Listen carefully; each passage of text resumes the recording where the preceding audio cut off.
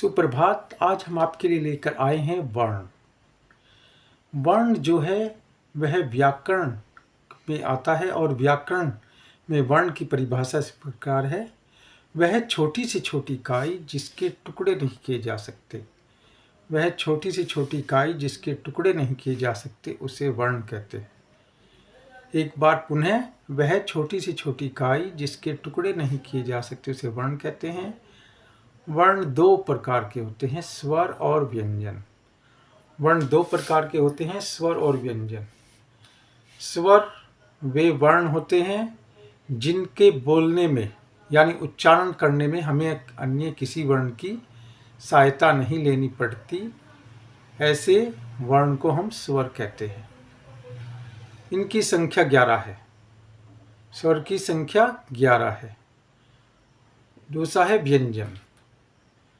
व्यंजन वे वर्ण होते हैं जिनको बोलने के लिए हमें अन्य वर्ण की सहायता लेनी पड़ती है। इनकी संख्या 33 है। व्यंजन 3 प्रकार के होते हैं। इसमें है पहला स्पर्श व्यंजन, अंतस्थ व्यंजन और ऊष्म व्यंजन। इस तरह से जो स्वर हैं उसके भी 3 भेद हैं।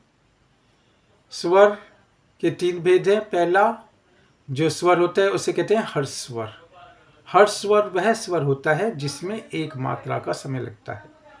हर्ष स्वर वह स्वर होता है जिसमें एक मात्रा का समय लगता है, उसे हर्ष स्वर कहते हैं। जैसे आ, छोटी, छोटा ऊ, औ, ये है हर्ष स्वर। दूसरा है दीर्घ स्वर। दीर्घ स्वर उन स्वरों को कहते हैं जिनको बोलने में हमें हर्ष स्वर से दुगना समय लगता है, उन्हें हम दीर्घ स्वर कहते हैं। दीर्घ स्वर क्या होते हैं? जिनको बोलने में हमें हर्ष स्वर से दुगना समय लगता है, वो दीर्घ स्वर कहलाते हैं। और दीर्घ स्वर में आ, बड़ी ई, औ, बड़ा औ, ये सब क्या है? दीर्घ स्वर है। इस तरह से तीसरा है प्लुत स्वर। प्लुत स्वर वे स्वर होते हैं जिनको बोलने में हमें हर्ष स्वर से तिगुना समय लगता है, यानी 3 गुना समय लगता है, वो प्लुत स्वर कहलाते हैं। इस तरह से इसमें ओम, ये है प्लुत स्वर का उदाहरण। इस तरह से स्वर के 3 प्रकार होते हैं, हर्ष स्वर, दीर्घ स्वर और प्लुत स्वर। अब है व्यंजन। व्यंजन के प्रकार भी 3 होते हैं। व्यंजन के प्रकार कितने होते हैं? 3 होते हैं। पहला है स्पर्श व्यंजन। स्पर्श व्यंजन वे व्यंजन होते हैं जो बिना स्पर्श के नहीं बोले जा सकते। ये कै से लेकर मै तक, कै से लेकर मै तक इनकी संख्या 25 होती है। दूसरे स्वर ऊष्म व्यंजन होते हैं, इनकी संख्या 4 होती है। दूसरे थे अंतस्थ व्यंजन, इनकी संख्या भी 4 होती है। इस तरह से 25 और 4 29 और 4 33 व्यंजनों की संख्या 33 और 11 स्वर 44।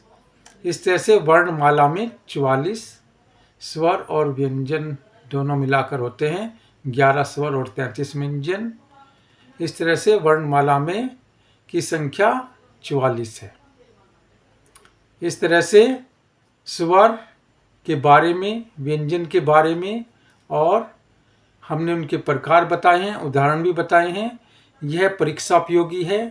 परीक्षा उपयोगी सभी परीक्षा के लिए 6ठी से लेकर जो भी अध्यापक, प्रिंसिपल या और किसी प्रतियोगी परीक्षाओं में ये प्रश्न पूछे जाते हैं। इस तरह से ये परीक्षा के लिए बहुत उपयोगी है और आप सभी इससे लाभान्वित हों। पहला पाठ समाप्त होता है और दूसरा पाठ आपके पास जल्द ही पहुंच जाएगा। धन्यवाद। अधिक जानकारी के लिए एकेडमिक सक्सेस पॉइंट को सब्सक्राइब करें, लाइक करें, कमेंट करें और शेयर ज़रूर करें।